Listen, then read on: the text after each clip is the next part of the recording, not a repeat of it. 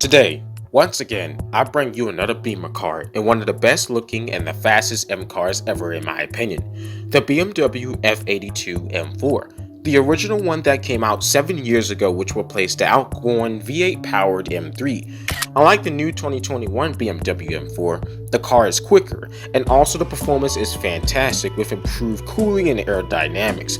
But compared to styling between the two, the new one looks okay, but the huge kidney grille ruins the styling of the car. The old base M4 looks more traditional, beautiful, and still is a monster with a lot of playable power, plus it's quick, and I'm sure the car drives awesome.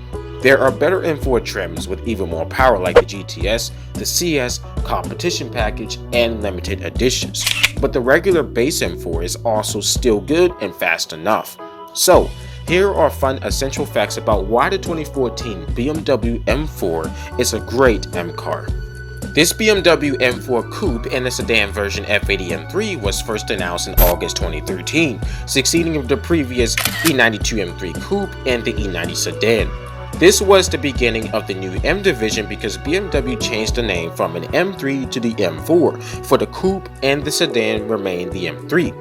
Before the M4 released in 2014, many consumers and BMW enthusiasts questioned why did BMW call this M3 an M4, and wouldn't it make more sense to call the four-door car the M4? The M3 name has been used for the 3 Series Coupe for 2.5 decades, from the first M3 all the way up to the E92 M3. So why they felt to change that heritage? You might have speculated that as long as the car is great, doesn't matter if it's called the M3 or M4, or that the coupe should remain the M3 and the sedan become the M4. Now that I think about it, that makes a lot of sense. What happened was BMW decided to split the brand in half, where the M3 was only available as a sedan, while the two-door one spun off as a brand new badge, the M4. Theoretically speaking, they must have changed the name for the coupe because both the coupe and sedan are 99% identical and don't differentiate much from each other, such as the cost, features, interior, and performance. So that might be the reason to why they separated the brand in half. I still think they should have used an M4 badge on the sedan, but it's whatever. The first generation BMW M4 started the new BMW luxury era and the first BMW M3 with a turbocharged engine in the series. A number of aesthetics and performance updates were created to the M4 Coupe in comparison to the predecessor. The big news was definitely the engine. BMW M replaced the last naturally aspirated 4-liter V8 that was ever to be in the M3 and reverted to a 3-liter turbocharged inline-6. The last time an M3 had an inline-6 was the E46 and the E36. BMW lost 2 displacements with the S55 engine in the M4, which meant power loss. To make up for that, M Division has added twin turbochargers to boost the power. The engine develops 430 brake horsepower, which is 20 more horses than a V8 M3, and 406 pound-feet of torque. All that extra torque makes a huge difference to the driving experience. That's 11 pound-feet torque more than the V8 M3, which improved the force of acceleration dramatically. The F82 M4 goes from 0 to 60 mph in just around 4.1 seconds with a 6-speed manual and 3.9 seconds with 7-speed dual clutch, and reached top speeds over 180 mph or 290 km/h unlimited with the M package. That's not supercar fast, but fast enough for a sports car. The engine makes good pops and crackle sound like never before, with such an amazing tone with the turbo whistles. Maybe not as authentic as the V8 M3, but the M4 still sounds like a real M car. This M4 weighs about 3,300 pounds, which is 349 pounds lighter than its predecessor.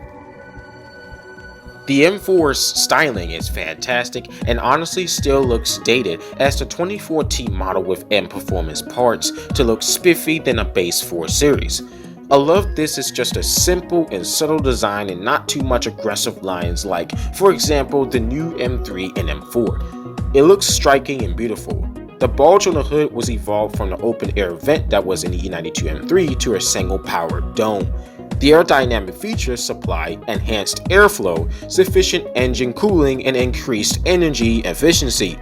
carbon fiber splitter for aero, bigger air intakes, air curtains for the air to come in and out of the engine. It also has equipped M carbon ceramic brakes to maximize better braking, and the adapter M suspension provides with optimal traction control and road handling. That system adjusts shock absorbers for uneven road surfaces. At the front, I love the iconic angel eye headlights and the traditional horizontal black kidney grille with the M4 emblem. Now that's how a BMW M3 should look. The M side grille is there with nice choice of rims they given for the M4. The back quad exhaust with chrome plate tips just gives away the loudness of the car's sound and the M4's uniqueness. The lip spoiler also fits the styling but better in carbon fiber.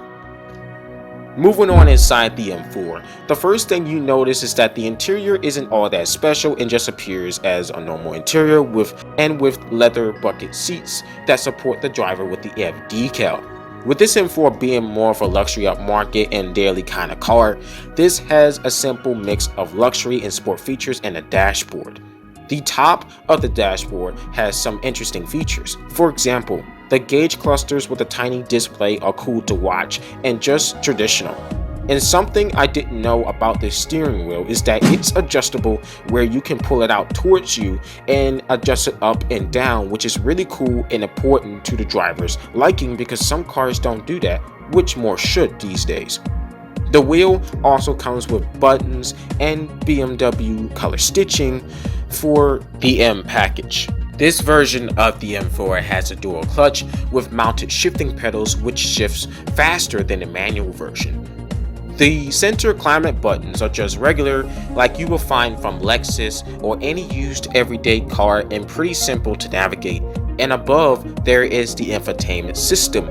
On the center console is the dual cup holders, driver stick, the navigation dial for the infotainment system, parking brake, and the armrest.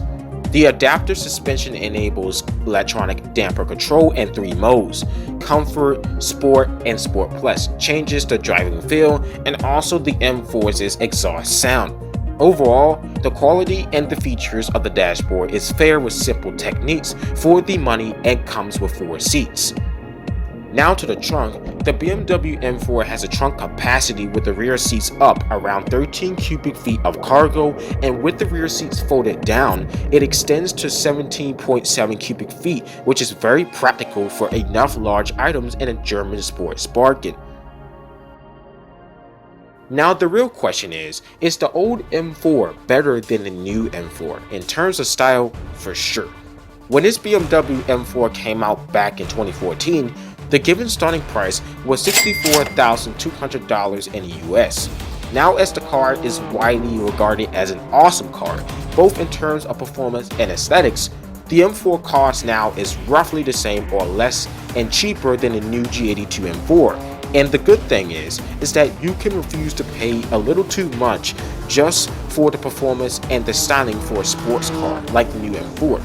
The F82 M4 is a special car to many enthusiasts, and I'm a big fan of it. It's all about the glorious soundtrack of the engine with twin turbochargers that can rev to 7,500 RPMs. And because of those turbochargers and enough torque, the performance, like the acceleration, is immense. Of course, this isn't all just about how agile it can go. The M4 focused on lightweight with carbon fiber to create the most fun and enjoyable experience to get out of the car. The razor sharp steering was also an improvement, which meant the M4 had excellent handling and amazing grip. I bet this drives good as it sounds and looks so attractive from every angle. Therefore, I mentioned at the beginning that this M4 is one of the best looking modern BMWs ever created in my opinion, and each trim got better looking and tweaks improved over its production. And underneath everything, this was a 4 Series that is fairly practical, comfortable, and usable on a daily basis with serious amounts of performance than your average coupe. So since this M4 has been out for 7 years now, you can search for one in a used market that's cheap with a good mileage and purchase it. Personally, I would dive between the competition and the CS because they look even meaner. But the ordinary is also the legendary. It may not be the best M3, M4, but one of the best M cars in performance, strength, daily usability and joy. And now, that is the end car review of the 2014 BMW M4 Coupe. And I hope you guys really did find this video interesting. And if you did, do not forget to smash that like button and make sure to click subscribe. And you are more than welcome to give me any car suggestions in the comments down below. Let's virtually walk to the M4 Coupe and get inside and put the keys into the ignition and start the engine. Make sure to adjust your headphone volume for the car sound. Peace out.